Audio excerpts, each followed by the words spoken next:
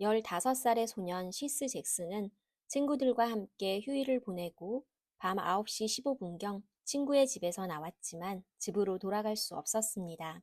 다음 날 아침까지 집에 오지 않자 부모님은 잭슨의 실종 신고를 했습니다. 어머니는 TV에 울먹이며 어떤 연락이라도 기다린다고 인터뷰했습니다.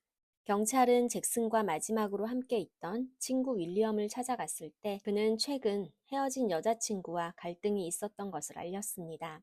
어젯밤 잭슨과 있을 때 그는 며칠 전 헤어진 여자친구 엠버 라이트와 문자를 주고받았습니다. 엠버가 만나자는 문자를 보내왔고 윌리엄은 절대 그녀를 만나러 가면 안 된다고 말렸지만 아마도 어젯밤 엠버를 만나러 간 것 같았습니다. 실종 신고 다음 날인 4월 19일 중년의 여성과 카일 후퍼라는 소년이 경찰서에 찾아옵니다. 카일은 어제 아침 TV에서 눈물 흘리는 잭슨 어머니의 인터뷰를 보고 죄책감이 들어 자신의 어머니에게 잭슨의 마지막 밤을 이야기했습니다. 모두 들은 어머니는 경찰에 이야기해야 한다며 그를 데리고 경찰서로 온 것입니다. 카일의 말에 따르면 의붓남매인 엠버와 친구 엘리, 저스틴과 마이클이 잭슨을 살해 후 불태웠으며 자신은 지켜보고 있었다고 했습니다. 경찰은 엠버와 엘리를 소환했지만 마이클은 이미 도망친 상태였습니다. 소환된 아이들에게 1대1 조사를 끝낸 후 한 방에 모았습니다. 조사실에서 그들은 각자 자신을 목격자이거나 방관자로만 진술했지만 셋이 마주하자 결국 잭슨의 죽음에 연관된 것을 피할 수 없다는 말이 나왔습니다. 카일은 잭슨이 위협을 가했고 죽을 짓을 해서 죽었다고 말합니다. 셋의 대화는 고스란히 녹화되고 있었고 엠버는 길어야 2, 3년 수감될 거라며 심지어 웃고 있었습니다. 셋은 계획적 살인으로 그대로 체포당합니다. 1996년 2월 플로리다주에서 태어난 잭슨은 평범한 유년 시절을 보내왔습니다. 유희왕 카드를 좋아했고 친구들과 자전거 타고 노는 것을 좋아하며 동물을 사랑하는 평범한 청소년이었습니다. 그러다 2010년 12월 1살 연상의 엠버 라이트를 만나게 되었고 둘은 커플이 되었습니다. 엠버는 가족관계가 복잡한 환경에서 자랐습니다. 그녀는 이복 오빠 카일과 트레일러에서 생활했으며 친엄마와 의붓아버지와 함께 살았지만 계부가 카일의 친아버지도 아니었습니다. 이복 남매는 같은 마을에 사는 18살 엘리의 집을 아지트로 삼고 있었습니다. 엘리는 1년 전 결혼했지만 남편이 범죄로 교도소에 있었기에 생활비를 벌고자 빈방에 새를 놓았고 20살의 저스틴 소토가 세입자로 있었습니다. 그의 친구 18살의 마이클 바고는 가끔 들러 잠을 자기도 했습니다. 이들 5명은 소위 친밀한 관계가 되었습니다. 엠버는 이들과 함께하며 술과 마약에 찌들어 있었고 잭슨은 엠버에게 빠르게 흡수되었습니다. 하지만 어린 커플은 오래가지 못하고 2011년 3월 초 헤어짐을 맞이합니다. 이 당시 엠버는 이미 마이클과 새로운 사랑을 시작하고 있었습니다. 이별을 선언한 것은 엠버였지만 그녀는 시험하듯 잭슨에게 연락하며 힘들게 하였습니다. 잭슨은 페이스북에 다시는 엠버와 연락하지 않겠다며 자신은 싱글이라는 글을 올렸습니다. 이를 본 엠버는 그의 비아냥거리는 글을 올렸고 둘은 몇 번 페이스북에서 상대를 저격했습니다. 엠버의 새 남자친구 마이클 또한 페이스북에서 잭슨을 공격했고 잭슨은 마이클에게 싸움을 신청하기도 합니다. 3월 말 잭슨은 격해진 감정을 갖고 엠버의 집에 찾아갔다가 그녀의 새 남자친구 마이클과 마주합니다. 엠버에게 따지는 잭슨을 밀쳐내며 마이클과 잭슨은 짧게 몸싸움을 하기도 했습니다. 이내 지친 잭슨은 페이스북에 더는 글을 올리지 않으며 둘의 신경전은 끝난 듯 보였습니다.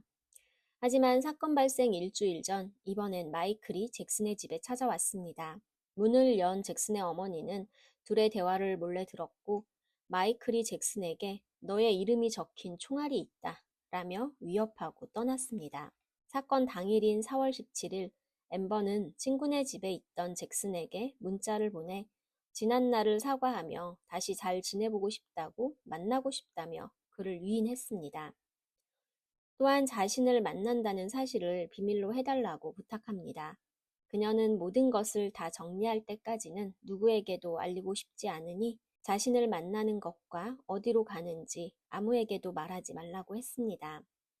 하지만 잭슨은 엠버를 의심하며 위험에 빠뜨릴 생각이라면 영원히 못 볼 것이라는 답장을 보냈습니다. 그도 그럴 것이 며칠 전 엠버의 계략에 당할 뻔했기 때문입니다. 며칠 전 엠버는 잭슨에게 마이클과 카일이 엘리의 집에서 싸우고 싶어 한다며 도전장을 보낸다고 해왔습니다. 잭슨과 윌리엄은 제안을 받아들였고 엘리의 집에 거의 다다랐을 때 총소리를 들었습니다.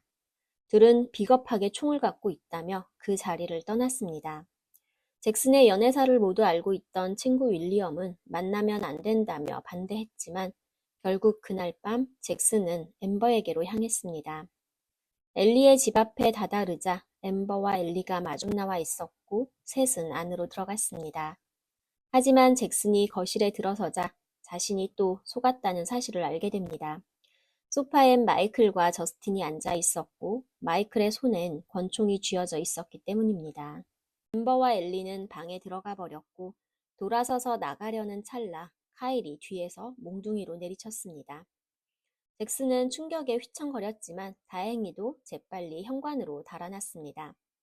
마이클이 총을 쏘며 그를 쫓았고 잭슨은 도움을 요청하듯 소리치며 마당으로 달려갔지만 집주인은 고요했습니다.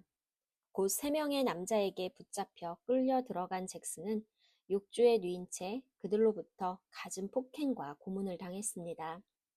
미동도 없는 잭슨이 죽은 줄 알았던 마이클은 도끼를 들고 와 무릎뼈에 내리칩니다. 그러자 기절했던 잭슨이 비명을 질렀고 그의 얼굴에 마이클은 끝내 총알을 발사하며 목숨을 빼앗았습니다. 마이클과 저스틴, 카일은 시신을 침낭에 넣어 화덕으로 옮겨 태웁니다. 마이클은 화덕에서 폭발한 무언가로 인해 얼굴에 화상을 입기도 했습니다. 새벽녘 시체를 태우는 냄새는 퍼져나갔지만 이를 신고할 이웃은 없었습니다. 며칠 전까진 이웃이 있었으나 소음 문제로 말다툼을 벌이다 마이클이 총으로 위협한 이유로 포악한 비행 청소년들이 두려워 이웃들이 마을을 떠난 후였습니다. 다른 이웃들은 그날도 크게 관심을 두지 않았습니다. 카일은 새벽 2시 반까지 불을 지폈고 잭슨의 잔해는 20리터 페인트통 3개에 나눠 담을 만큼 분해되었습니다. 4월 18일 아침 엠버로부터 연락을 받은 계부가 엘리의 집에 도착하여 잭슨의 유해를 싣고 마이클 저스틴과 함께 플로리다주 오칼라의 외딴 석회암 구덩이로 향했습니다. 집에 남겨진 엠버와 엘리, 카일은 피로 얼룩진 욕실과 집안을 청소합니다. 석회암 구덩이에 도착한 3명은 페인트통에 벽돌 블록을 담아 물속으로 밀어넣었습니다. 그리곤 아무 일 없다는 듯 마을로 돌아왔을 때 잭슨의 실종 사건이 시작되었음을 알게 됩니다. 마이클은 카일에게 돈을 빌려 도망칠 수 있었습니다. 하지만 경찰의 추적으로 그는 20일 또 다른 여자친구의 집에서 체포당합니다. 엘리의 집에서 22구경 권총과 표백제를 뿌려 청소했지만 잭슨의 혈흔과 5명의 DNA는 여전히 남아 있었습니다. 마당의 화덕에선 뼈 조각이 발견되었고 석회암 구덩이에서 잠수부들은 3개의 페인트통 모두를 찾아냅니다. 화덕의 잔해와 페인트통 속의 유해는 일치하였고 잭슨으로 확인되었습니다. 끔찍하고 잔인한 이 사건의 배우는 마이클 바고였지만 엠버 역시 지독히 나쁜 조종자였습니다. 형사는 그녀를 연기자라고 부르며 그녀가 남을 잘 조종하고 사악하다고 말합니다. 엠버는 처음 조사 시에 무죄를 주장했으나 카일이 자백했다고 하자 그제야 현장에 있었음을 인정했습니다. 수사 중에도 자신은 단지 목격자이거나 방관자일 뿐이라고 했습니다.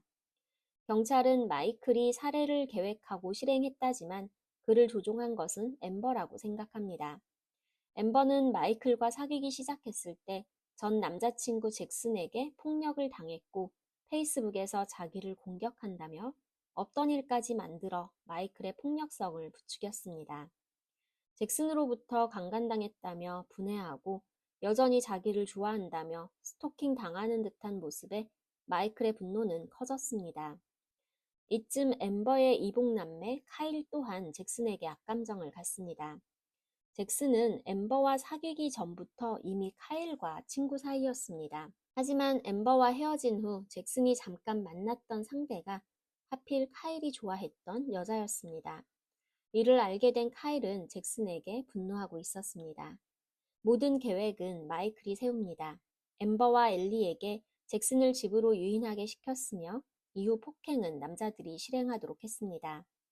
4명의 피해자들은 살해까지 할 줄은 몰랐다고 주장했지만 이미 마이클은 4명을 모아 계획을 얘기할 때 자신의 총으로 쏴버릴 것이라고 말했습니다. 하지만 재판에선 마이클이 잭슨의 유해를 처리하는 데 관여한 것은 인정했으나 카일이 자신의 권총을 훔쳐 잭슨을 살해한 것이라 말을 바꿨습니다. 그러나 마이클은 이미 도중에 다른 여자친구에게 자신이 잭슨을 살해한 사실을 떠벌렸고 재판받기 전 함께 있던 동료 죄수에게도 자랑하듯 떠벌렸습니다.